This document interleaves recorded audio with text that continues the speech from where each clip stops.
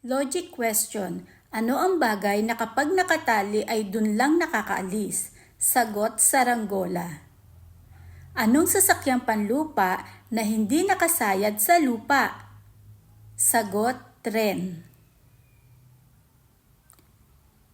Sa bawat kanin, ano ang ulam?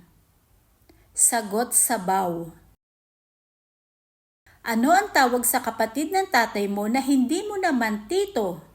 Sagot, tita. Ano ang tawag sa maliit na goat? Sagot, kapirang goat. Ano ang tawag sa gulay na maputi? Sagot, putito o potato. Ano naman ang gulay na mas maputi? Sagot, mashed potato. Tawag sa bahay ng shoe.